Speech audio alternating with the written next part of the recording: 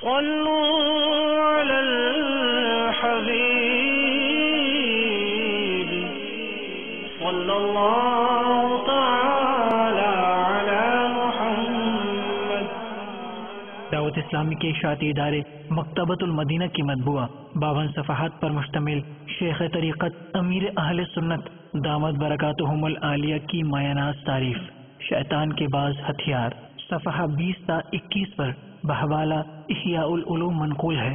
حضرت سیدنا مطرف رحمت اللہ تعالی علیہ فرماتے ہیں، میں رات بھر عبادت کروں اور صبح خود پسندی میں پڑھوں، یعنی یہ سمجھوں کہ میں تو بڑا نیک آدمی ہوں، اس سے بہتر یہی ہے کہ رات سویا رہوں اور صبح رات کی عبادت سے محرومی پر افسوس کروں۔ صلو علی الحبیب صلی اللہ تعالی علی محمد۔ مجھے اپنی اور ساری دنیا کے لوگوں کی اصلاح کی کوشش کرنی ہے۔